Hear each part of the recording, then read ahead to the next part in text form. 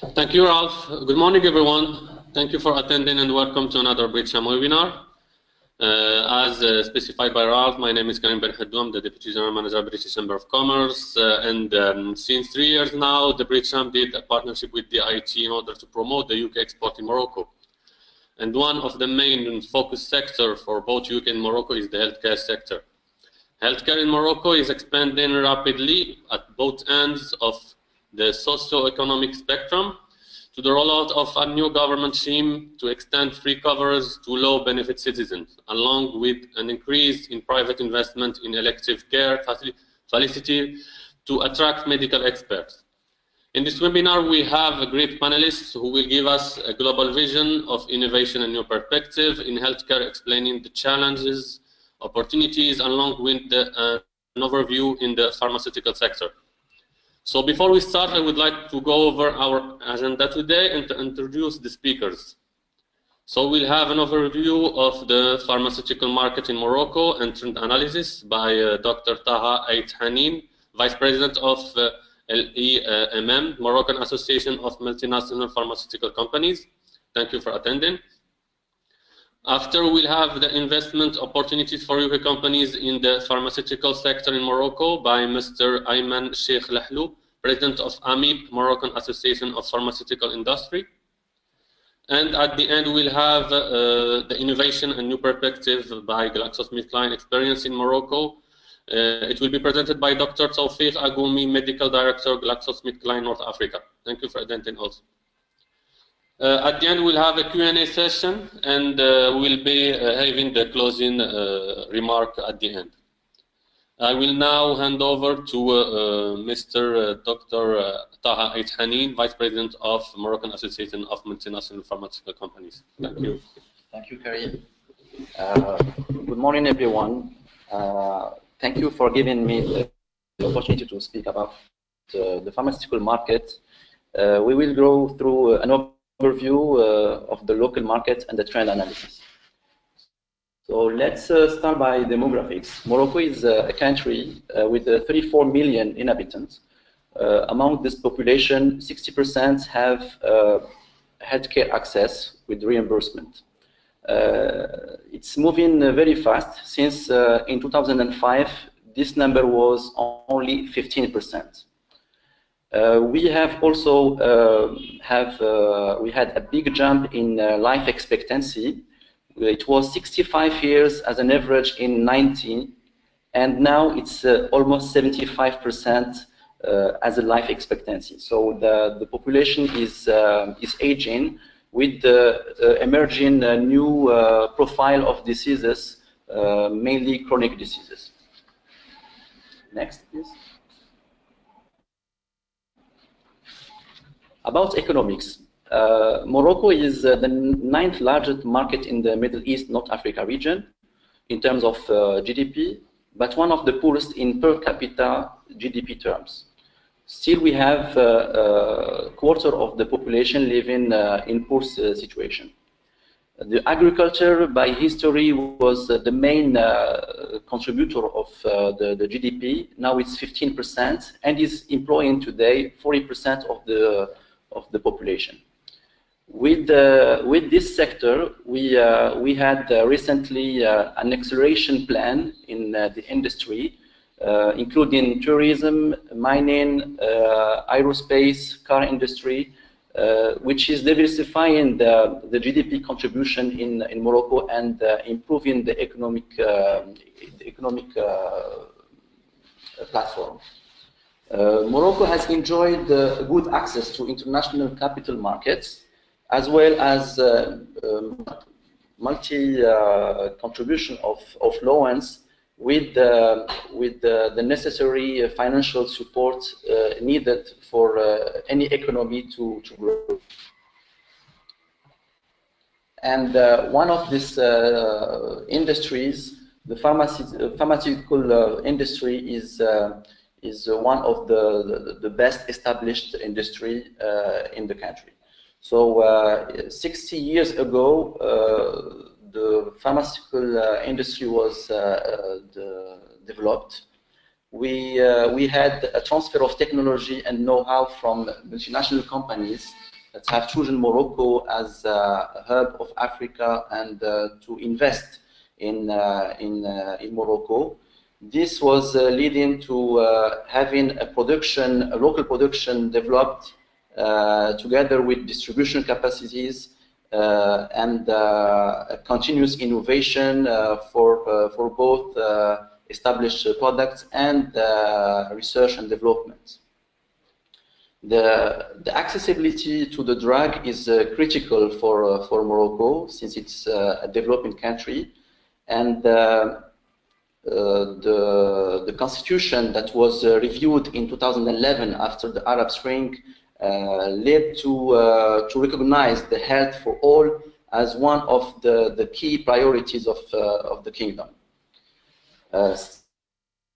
Still, we have inequalities between urban and rural areas and the economic class of the population, and this is tackled by many projects in the healthcare policy established since 2012. One of this is to review the tax policies and to exempt VAT from some drugs, for example, in oncology, cardiovascular, HIV, and also to go for a universal healthcare coverage. We aim to have 90% in the horizon of 2022, and also to launch RAMED, which is a new insurance system for the poor population, launched in 2013. So if we want to summarize, we are moving from 15% in 2005 to almost 60% today with the new RAMED system. Since we have 40% of the population without any coverage system, this population is going to enter to the private insurance, which is in green. So the public insurance is well established, and the private is increasing since 2005 with the launch of the compulsory health insurance. And RAMED is, we already have 3 years records, and it's one of the segment that is growing in pharma as well. Next. So for pharma stakeholders, in order to bring a new product, a new medicine to the market, there is many stakeholders that are in the MOH links, since the registration to the step of post-launch. We have almost all the necessary policies in place in Morocco in order to have the necessary legislation in order to protect the patients and give the necessary framework to the medical and pharmacy community.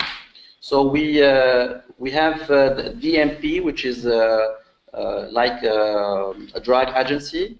We have the Health Technology Assessment Agency, which is ANAM. And we do have the manufacturer and the distributor, and the fourth and the most important stakeholder is the medical community, which is collaborating with all the others. In terms of patient association, we are seeing an increase in importance in Morocco, and let's say a stable media and medical society influence in the sector.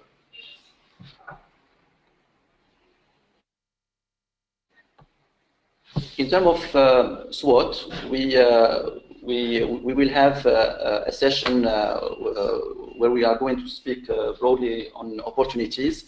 But let's say some of them.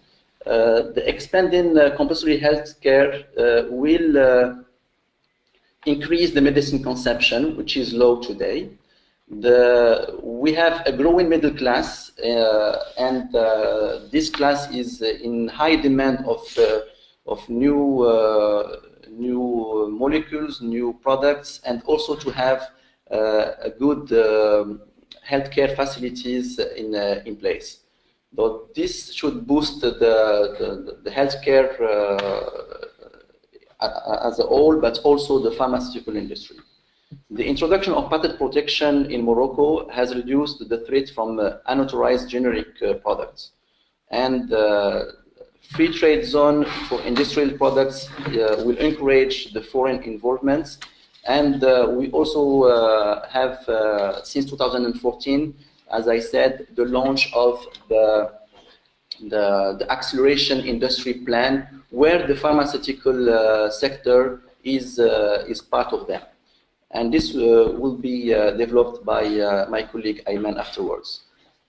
In terms of trades, we have a significant question mark about the healthcare funding model, because as we have seen, the population is aging more and more, and the model should be reviewed, and this is one of the priorities of the Minister of Health and the government to see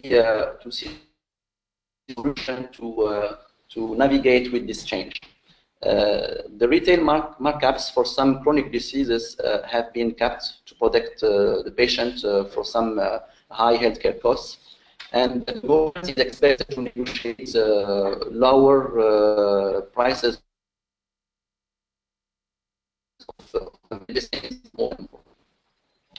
In terms of trends, we had recently, 3 years ago, a new policy of marketing authorization, which is swifting the process. It was not precise if it should take 2 years or 3 years to have a new product to be approved. And now we have the timelines, let's say, well defined. With approximately 12 to 18 months with the pricing.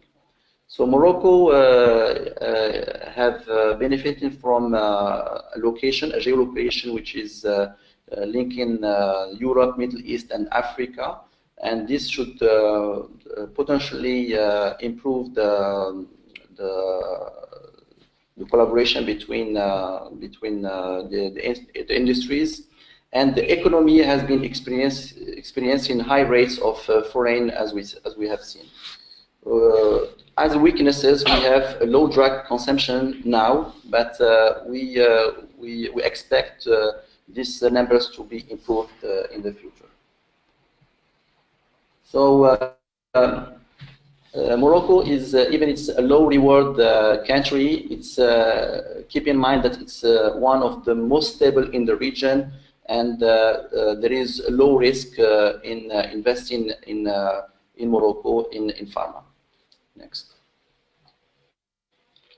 So Morocco, if you can see, is in the middle of this chart. If we see the spending per GDP and the sales in pharmaceuticals, we still have an untapped market with the low risk. So it's a room of investment in Morocco. Next. So what is the situation today? We have a total pharmaceutical sales worth 1.5 billion 17, growing by 6% versus last year. And if you see the growth graphs, which is only related to retail market only, so we don't have the hospital one. We have a trend of increasing growth. Even we had in 2014 and 15 many medicines with a reviewed price, which is confirming the growth again, and we expect this trend to continue in the future. Next. So this is to show you that the pharmaceutical and healthcare industry in Morocco is doing well versus other industries in other sectors. And in 2017, we expect that more than 50% of the firms will expect a top-line growth, which is great. And 40% will increase in profit as well.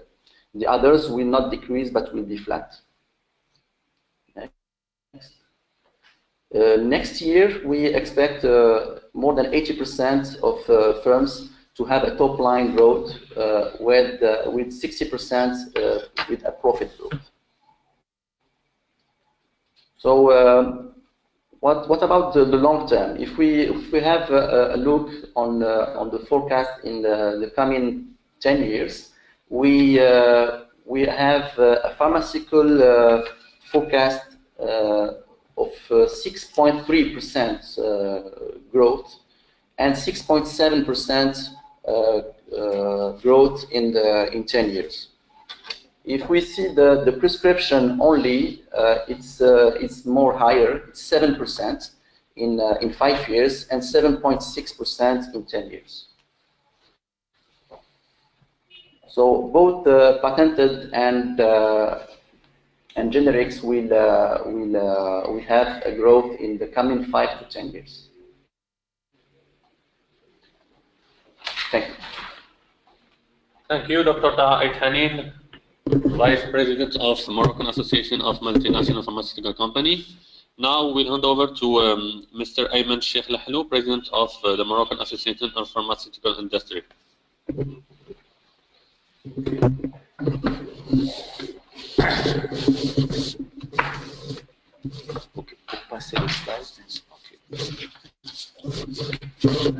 Thanks. So I'll try to take a couple of minutes just to focus on the key slides of the presentation deck. Yeah, so basically I have 4 slides. This might overlap with what my colleagues already said, but the first one is to give a quick snapshot of the pharmaceutical industry in Morocco. Basically, we have 46 manufacturing plants. They all meet the EU standards. 40,000 employees between direct and indirect people in the sector. Very well distributed sector with 61 wholesalers, 10,000 pharmacy outlets. We don't have, as in the UK or in the US, pharmacy chains in Morocco, so it's individual pharmacies. This situation might evolve over time.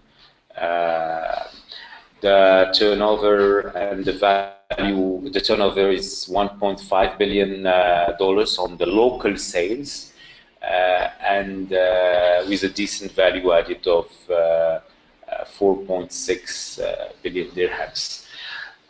This industry has been built 60 years ago. The focus and the insight at that time was to be independent in terms of medicine and not to rely heavily on imports. So this has made the first manufacturing companies in Morocco, and it started with multinationals from France, from Germany, then UK. This manufacturing investment has been sustained much more recently by the local players who are in manufacturing dynamism for local and export markets. The infrastructure is robust in terms of pharma. I remind that we are considered as an EU zone, and Morocco local health agency is part of the EU Conseil de l'Europe, exactly. So we are only 2 countries outside of the European Union members to be part of that. It's Morocco and Canada. So basically, a drug made in any countries of EU can be sent to the local Moroccan agency to be controlled. So the standards are the same. And this position in terms of quality and the infrastructure is making us as a second producer in Africa. The next slide, maybe we will jump to, we will jump just to this one, basically to say, not this one actually, maybe the next one. Sorry, thanks. This can give you another, the one before of companies who are locally present. So most of the big pharmas are here. We have also a second slice of regional companies that are coming more and more from Middle East, from Asia. Then we have very dynamical local companies building on the generic strengths. Maybe the one after, no, after. Yeah, this one. So this one is just to say that, as my colleague said, that the local consumption on drugs is very low. So the market is still untapped. Basically, the average Moroccan citizen, as you can see on the right, is spending 400 Moroccan dirhams, which boils to $40 a year. And in the same time, this average citizen is spending almost the double in terms of telco with cell phones and internet. So there is clearly a way to go in terms of consumption. The debate to boost that consumption does not lie only on the pricing of the drug, but it's more a holistic approach to tackle different parameters of the equation, and the local players and the Ministry of Health are quite aware of that. So good perspective in that term. But basically, it is an untapped local market. The next one, next.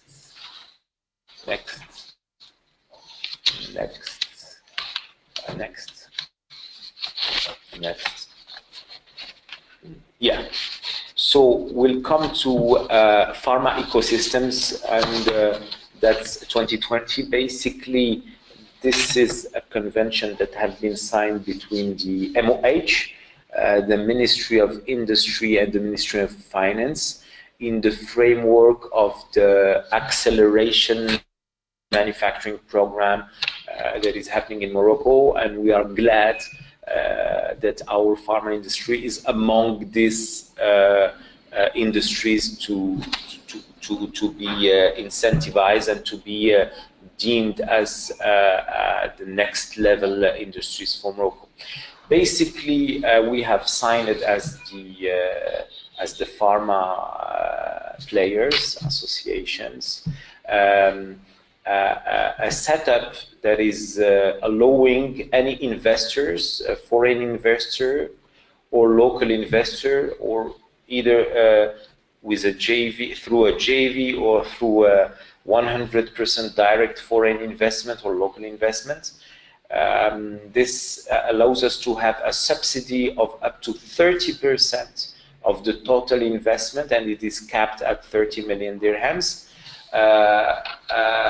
Very interesting, or almost free access to the land. There is still an issue when it comes to projects, and also a full refunding of the training and education programs that the staff of the manufacturing outlet would have. So basically here the point is to say that Morocco today is covering 65 to 70% of its local consumption through local manufacturing, and the remaining chunk of 30–35% that is still imported lies in technologies that we cannot import today. So the idea is here to give an incentive to investors in this imported technologies. What are they? Biosimilars, and I'm very glad that only 1 week ago we had the first company, local company, that has received an MA, a marketing approval, and started to market two biosimilars, not the key biosimilars, monoclonal antibodies. And so that's very interesting, knowing that Morocco is quite strict in terms of quality. But it's a nice case to dig into, knowing all the fuss on biosimilars in US and in Europe. The second area is inhalers. So this is for the asthma, the COPD, and other indications. Also, we are glad to have next March or April the opening of the first manufacturing plant in Morocco. With top Indian company investing there in JV with locals. So this is happening.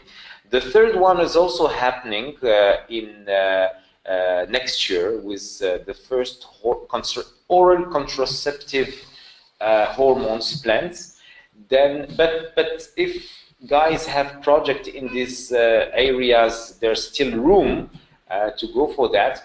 Then there are other technologies like vaccines, lyophilized injections, and also oral solids, API manufacturing, basically ingredients, raw material, and also something very interesting in the fringe of pharma. It's about medicinal plants of valorization, or let's say value added. Basically, Morocco is very rich in terms of medicinal plants, but we still consume them in an archaic way. So here, government is saying, if you have project to leverage on this plant medicinale aromatic to create value added through cosmetics, oils, treatments that would make sense. And this also, I feel, is a great project that is subsidized. Maybe last two slides on why investing in Morocco. So some 7 top reasons. First of all, let's remind you that we are cost competitive when it comes to wages and also to transportation. Second is that the country, the kingdom, has a very strong and stable macroeconomic performances. Politically, economically, socially, it's quite unique in the setup. 3, we have several, or I would say a culture of FTAs, of free trade agreements, getting access to 1 billion consumers, whether it be with Europe, with the European Union, or the US. We were in DC very recently on the US-Morocco FTA, and we can remind that Morocco is the only country in the African continent to have a free trade agreement with the United States, which is good in terms of signalization, because that means that you need to abide, and we abide by rules of IP, for instance, by rules of arbitration when it comes to conflict resolution, etc., etc., by a whole set of business environment where Morocco is compliant. Qualified people, ecosystems like the pharma ecosystem, but we have other systems very dynamically in aeronautics and also automotive, and a good business climate on top of the good food. That's it. Thank you.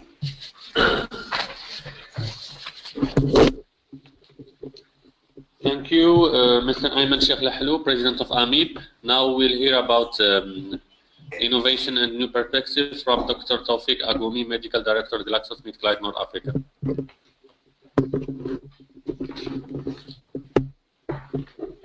Thank you, Karim. Well,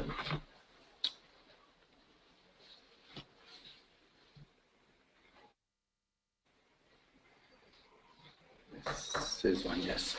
So the question is, what is innovation? So innovation can be defined as the process through which economic and social value is extracted from knowledge. All is about knowledge, through the generation, development, and implementation of ideas to produce new or improved strategies, capabilities, products, services, or processes.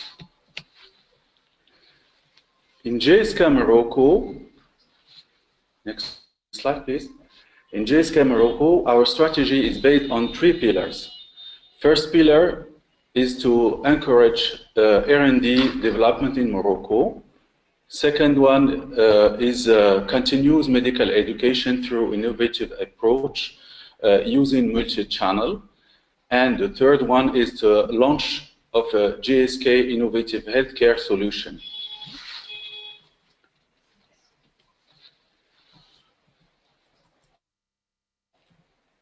Thank you. First pillar and first step is to build the foundation and to set the foundation. For this aim, GSK Morocco with the LEM, Local Trade Association for Research-Based Company, are supporting developing biomedical research and clinical trial through activating and implementation of decree, supporting finalization and official publication of this decree. But also increasing awareness of Morocco official stakeholder of LEM commitment of advancing public health and country R&D strategy. And GSK work also on bringing and accelerating introduction of innovative drug in the reimbursed listing, promoting and supporting economy value. Next step. Next slide, please. As GSK, we are also we connect our global expert to scientific community and also authorities. So we invite our chairman, ex-chairman of GSK R&D worldwide to share his experience, and we connect him with different stakeholders, including governments representatives, official stakeholders involved in R&D, and also partner with key R&D focused universities. And we connect him also with MOH, with our Ministry of Health, and some other academic scientific researcher. And the importance, one of the insights coming from Dr. Slawi is the hardware is impressive. He was really impressed by all the infrastructure he visited and the people he connect with. But for him, the software is under construction, and he means by software talent, culture, and research approach. So the importance is to attract researcher and to focus on country-specific competitive advantages, and to be part of a puzzle, one piece of the puzzle for resolving important scientific issues. Next, please.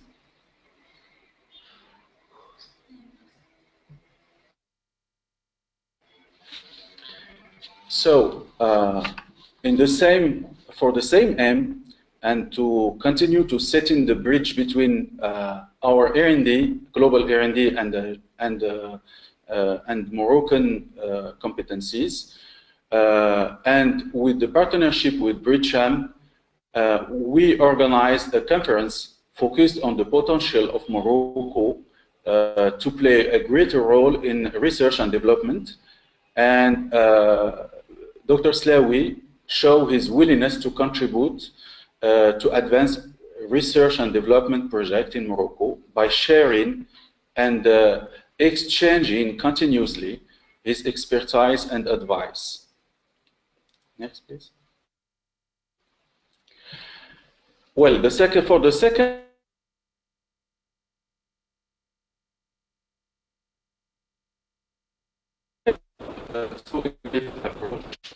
different channels to share with stakeholders, especially with the healthcare professional, through website like health.gsk.com by organizing WebEx, webinars, and webcasts also. This approach has several advantages, from which it's time-saving. It's going beyond geographical barriers. I mean, you can organize in the same time and share in the same time with a person in Casablanca, in Oujda, or also in the south of Morocco. It reduces logistic issues. Doctors or pharmacists don't need to move outside from their office to assist to the conferences, and also continuous actualization, because we can bring through these channels the last update on scientific and on European recommendation. And the last pillar is to launch GSK innovative product. And for this aim, I take, for example, asthma. Well, prevalence of asthma in Morocco is 3.9%. And it means that 1,300,000 Moroccans are with this disease. But unfortunately, only 25% are controlled.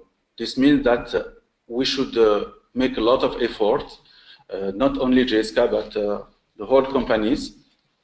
And in this, for this aim, GSK, a couple of years before, bring an innovative product at that time, which is free and fixed dose combination of controller anti-asthma treatment.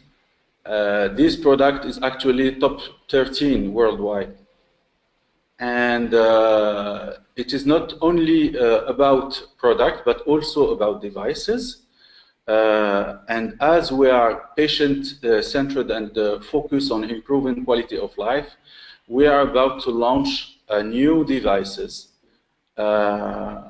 which was adopted by 95% of patients as first use, because there is no coordination hand breath for these devices, so it's improved quality of life of asthma patients. Whatever is the journey, it starts with the first step, and I think a lot of steps are already done, so we should go beyond and go through the way. It's all about the patients, and GSK is engaged to participate actively to develop and bring innovation to Moroccan patients and physicians, bringing innovative therapeutic solutions, not only product, to Morocco as everywhere in the world in the same level, participating with innovative approach to continuous medical education, and participating to build the right environment for Moroccan researchers. It is then important to attract researchers and focus on country-specific competitive advantage that will be an essential piece to resolving an important scientific puzzle. Thank you.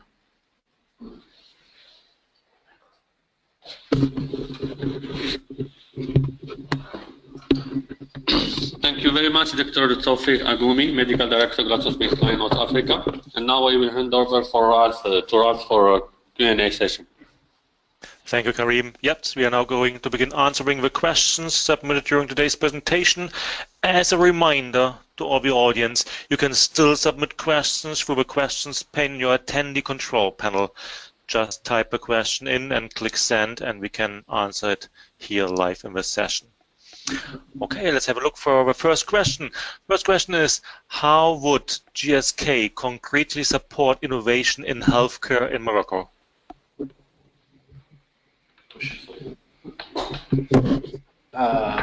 Well, GSK is committed to support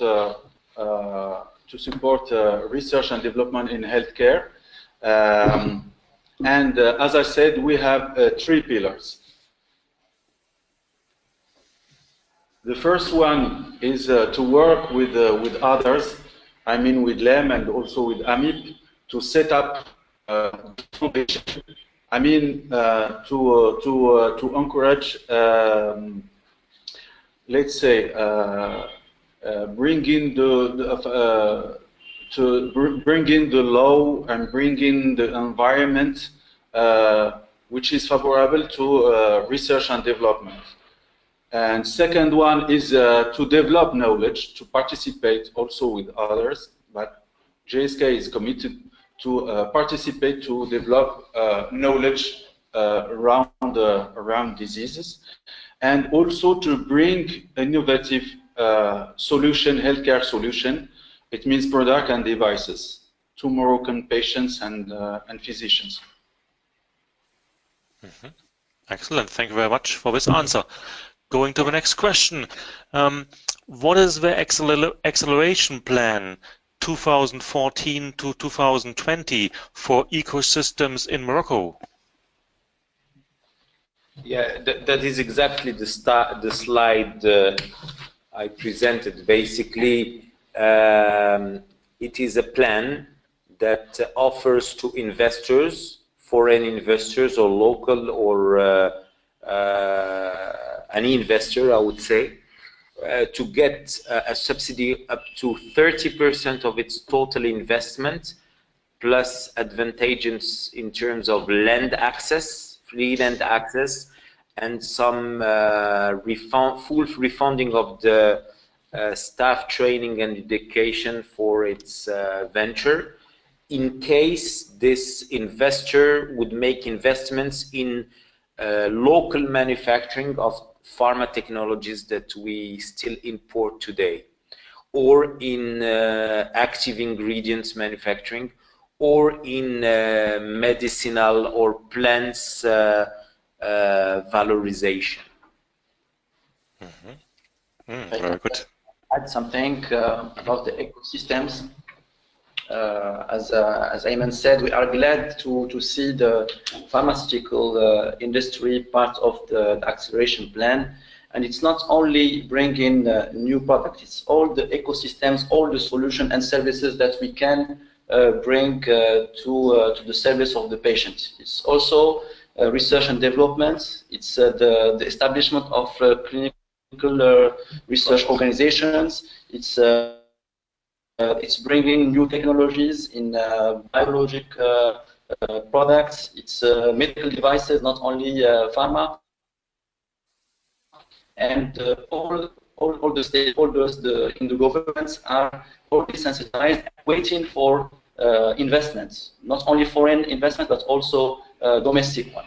So this just to complete the full text with all the precisions and the exact fields where the investments are welcome is available, and we can share that with Britcham.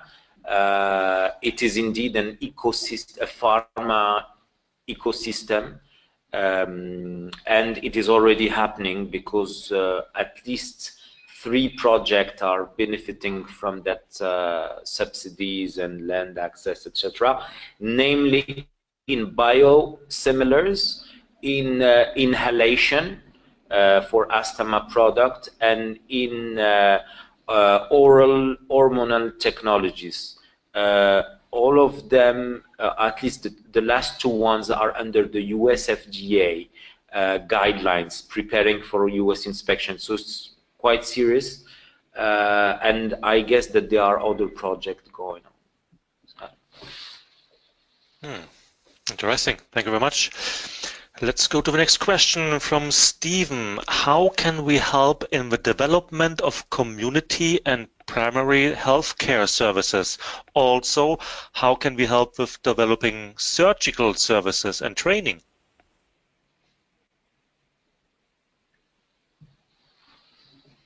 Want to take it?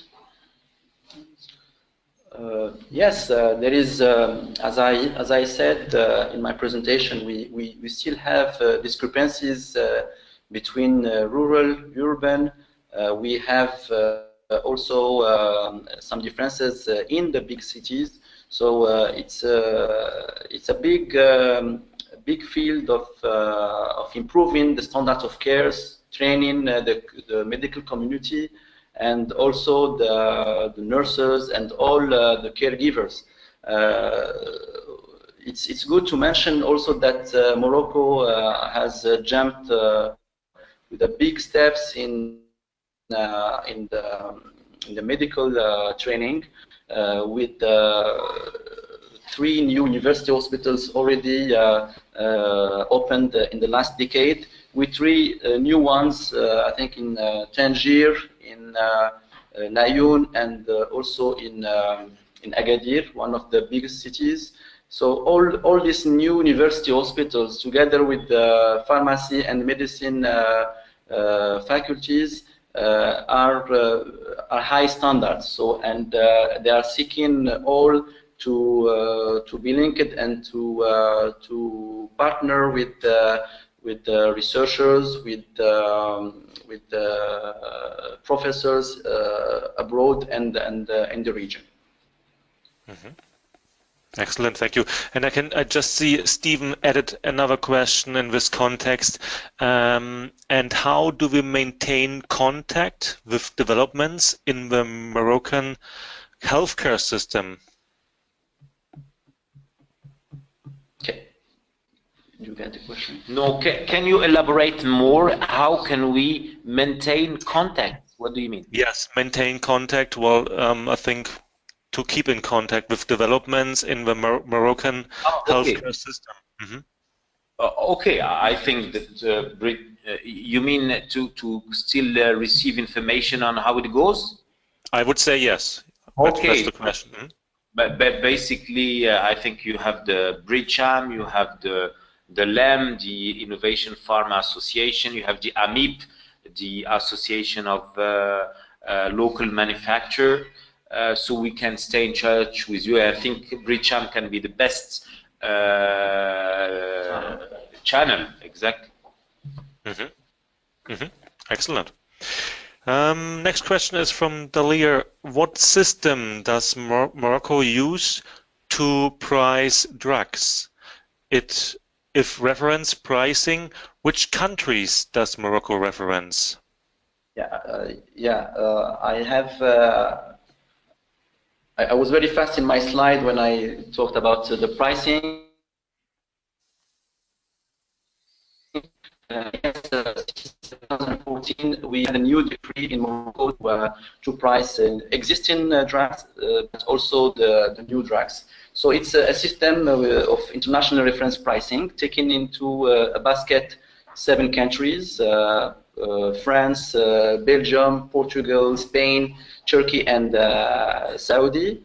And it is aligned to the lowest when a new product will be priced, and to the average of this basket for the renewal, which is happening every 5 years. Mm-hmm. I understand. Thank you for this. Mm-hmm. Okay, let's have a look for more questions. Next question is, what would be the key success factors for Morocco to accelerate R&D activities and advance public health? Well, the key success factor will be should be the accelerating of implementation of healthcare system of the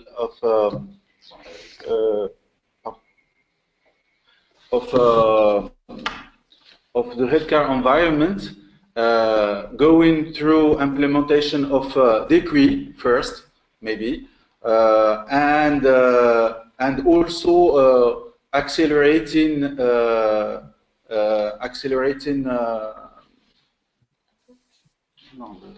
programme de l'État, du gouvernement. L'écosystème. And accelerate in implementation of the ecosystem. I think, if I may build on that, we have two ways to do that. The first way is to convince foreign investment from international CROs that would come here in Morocco based on the quality of the staff available, and also the possibility to be compliant in terms of SOPs when it comes to clinical trials. So the best coup, I think, would be to attract a couple of international CROs that would come for cost competitiveness. So this is one. Then the culture of R&D, I believe, should come more from a first step of what we could call incremental R&D. We're not talking here of disruptive R&D.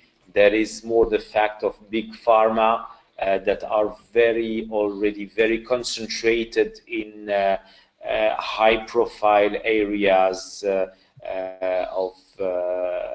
of US or Singapore or the West Coast, or I mean, guys that have several steps of development between reaching that. So I would more see for my country what I call this incremental R&D. Incremental R&D lies more in development, how to improve a drug in terms of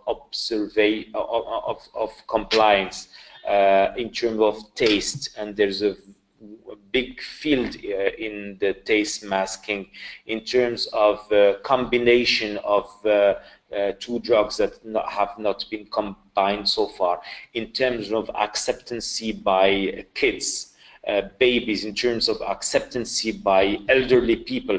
So more in this more practical developments or improvement of existing things than looking from scratch, which will not be possible, of disruptive R&D and things that require steps and playgrounds where we can play and others where we cannot play. So it is more in the practical improvement of existing drugs that I see first step and possibility. I can add also, because you are talking about not only R&D but also healthcare performance. I think diagnosis and systematic diagnosis, and also awareness of people, because when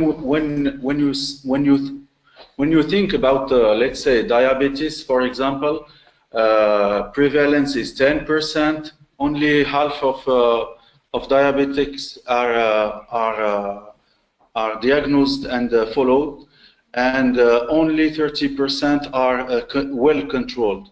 So we need also communication about diseases.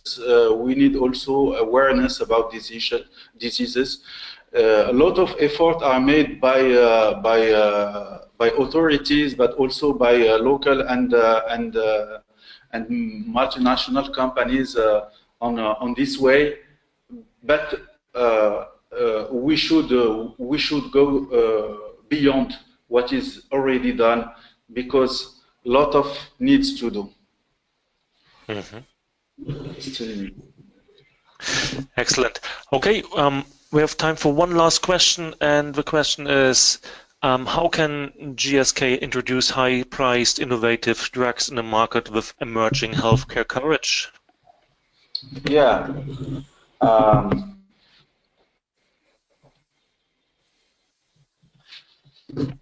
Yeah, it seems like a dilemma. Because we are in market covered only by 60%. 60% of population are covered, and how can we bring innovative products and introduce this product? As I said, we should promote GSK work on bringing innovative innovative product by accelerating introduction in the reimbursement listing, but not only in a reimbursement listing, because health is priceless, but it has a cost. So we encourage payers to think about long-term impact and not to be based only on facial price. So we push every stakeholder to think about pharmacoeconomy. What we can bring, let's say, in long term, not in short term. Excellent. Thank you very much for this answer. So it's time to wrap this webinar up. Thank you very much. Is there any final comment, Karim? Yeah, well, I hope that this webinar was beneficial for all our attendants, and of course, please do not hesitate to contact the British Chamber of Commerce for Morocco for more information, so we can help you integrate the Moroccan markets. So we thank you all for being here today and hope to get your valuable attendance in other events.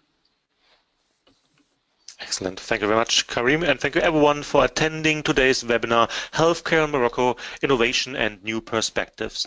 If you have any other questions, please contact the IT. Once you leave today's webinar, you will receive a survey on the presentation, and we would appreciate if you would complete that and provide your feedback. You will also receive a follow-up email within 24 to 48 hours with a link to view a recording of today's webinar. On behalf of the IT and our presenters, thank you for joining us today and have a great rest of the day.